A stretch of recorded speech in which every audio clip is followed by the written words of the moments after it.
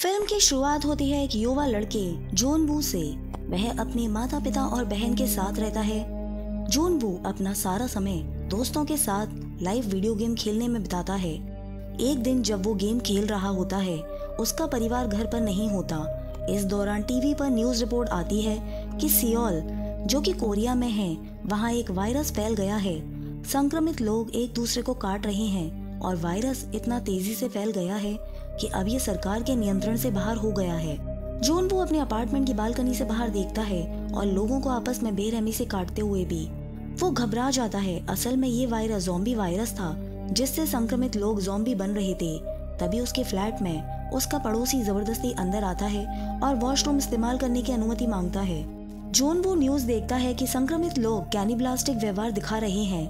उनकी त्वचा सफेद हो रही है, आंखें लाल। कुछ ही पल में उसका पड़ोसी ज़ॉम्बी में बदल जाता है। जॉन वू उसे घर से बाहर निकालने में कामयाब होता है और दरवाजा जल्दी से बंद कर देता है। जॉन वू के परिवार ने उसे एक मैसेज भी भेजा है कि वो ठीक है या नहीं। स्टे अलाइव लिखा जॉन वू ने अपने माता पिता की फोटो पर अलाइव लिखकर चिपका दिया ताकि खुद को मोटिवेट कर सके, और अपने फ्लैट में बंद हो गया। उसने फ्रिज को ज़ॉम्बीज से खुद को बचाने के लिए बाधा के रूप में इस्तेमाल किया। उसने सोशल मीडिया पर स्टे अलाइव का नोट अपलोड किया ताकि किसी से मदद मांग सके, लेकिन कोई मदद के लिए नहीं आया क्योंकि उसके आसपास का पूरा क्षेत्र ज़ॉम्बीज से संक्रमित हो चुका था। जॉन वू ने ड्रोन की मदद से देखा कि पूरे इलाके में ज़ॉम्बीज फैल चुके हैं। उसका मोबाइल फोन भी बैटरी खत्म होने के बाद काम नहीं कर रहा था। ज़ॉम्बीज अपनी पुरानी आदतें भी याद रखते हैं। अगर वो ऑफिस जाते थे तो ज़ॉम्बी बनने के बाद भी वो वही काम कर रहे थे।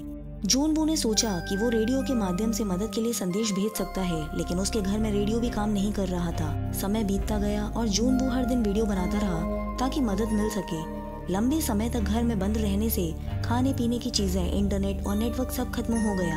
एक रात जब वो देखता है कि एक पुलिस ऑफिसर ज़ॉम्बीज से लड़ रही है, लेकिन ज़ॉम्बीज उसे मार देते हैं। जॉन वू उनका ध्यान अपनी तरफ खींचने की कोशिश करता है, लेकिन सब बेकार। तभी एक ज़ॉम्बी मुख्य दरवाजे से अंदर आता है। जॉन वू चतुराई दिखाता है और ऐसे नाटक करता है जैसे वो अपनी बिल्डिंग से गिर गया हो। ज़ॉम्बीज भी गिरकर मर जाते हैं और जॉन वू अपनी जान बचा लेता है। हालांकि अब उसके घर में खाने की चीजें खत्म हो चुकी है।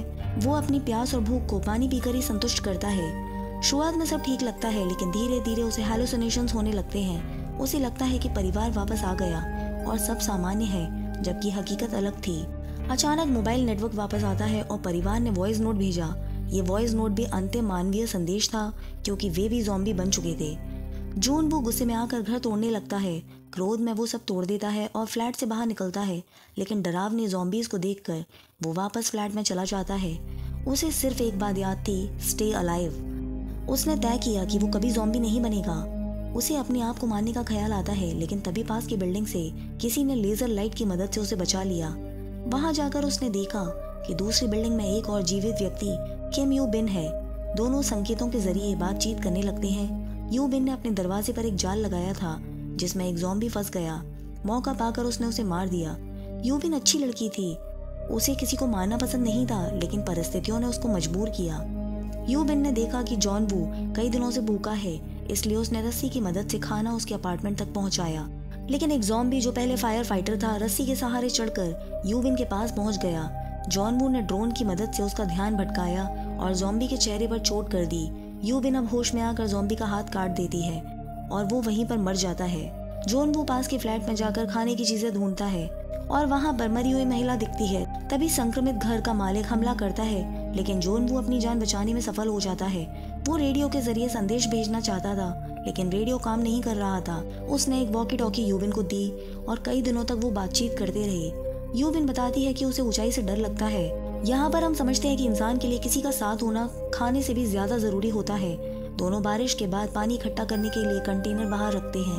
एक दिन कई ज़ॉम्बीज अपार्टमेंट की ओर बढ़ते हैं। उनके कदमों की आवाज बारिश जैसी लगती है। इस हलचल से कुछ चीजें यू बिन के हाथ से गिरती हैं और सारे ज़ॉम्बीज उसके अपार्टमेंट की ओर आते हैं। जॉन वू लैंडलाइन से कॉल करके ज़ॉम्बीज को दूसरे अपार्टमेंट की तरफ मोड़ देता है, क्योंकि उन्हें सुनने की बेहद तेज क्षमता होती है। वे दोनों तय करते हैं कि इस तरह रुकना उन्हें मौत की ओर ले जाएगा। यू बिन बताती है कि उसके बिल्डिंग के 8वें फ्लोर पर कोई ज़ॉम्बी नहीं है। वे दोनों वहाँ खाना खाने के लिए जाते हैं। रास्ते में ज़ॉम्बी से भयंकर लड़ाई होती है। कई मुश्किलों के बाद वो लिफ्ट में घुस जाते हैं और 8वें फ्लोर पर पहुंचते हैं। लेकिन ज़ॉम्बीज उनका पीछा नहीं छोड़ते। तभी एक अज्ञात व्यक्ति आता है और उन्हें बचाता है। वो खाने और पानी की पेशकश करता है। यूविन को उस पर शक होता है, लेकिन मजबूरन में वो खाना खाते हैं। असल में वो आदमी धोखेबाज था और उनके खाने में नशीला पदार्थ मिला हुआ था। वो यूविन को अपनी ज़ॉम्बी पत्नी के लिए खाने के रूप में लेना चाहता था। यूविन चतुराई दिखाती है, महिला का चेहरा कपड़े से ढककर उसके पति की ओर ढकेल देती है। यूविन मजबूरी में उन्हें मार देती है। गोली की आवाज सुनकर सारे ज़ॉम्बीज इस फ्लैट की ओर बढ़ते हैं। यूविन जॉन वू को उसे मारने के लिए कहती है और फिर दोनों हेलीकॉप्टर की आवाज सुनते हैं। कई ज़ॉम्बी से मुकाबला करने के बाद वे दोनों बिल्डिंग की छत पर पहुंचते हैं, लेकिन वहाँ कोई हेलीकॉप्टर नहीं दिखता। वो बाकी गोलियों से ज़ॉम्बीज को मारते हैं और अपनी जान की दुआ करते हैं। आखिरकार हेलीकॉप्टर आकर दोनों के ज़ॉम्बी से बचा लेता है। उस जगह छोड़ने के बाद नेटवर्क बहाल होता है और दोनों अपने दोस्तों के मैसेजेस देखकर खुश होते हैं। दोनों अपनी तस्वीर इंटरनेट पर अपलोड करते हैं और अपनी लोकेशन बताते हैं। और आखिर में जॉन वू का स्टे अलाइव बदलकर अलाइव हो जाता है और फिल्म यहीं पर खत्म होती है।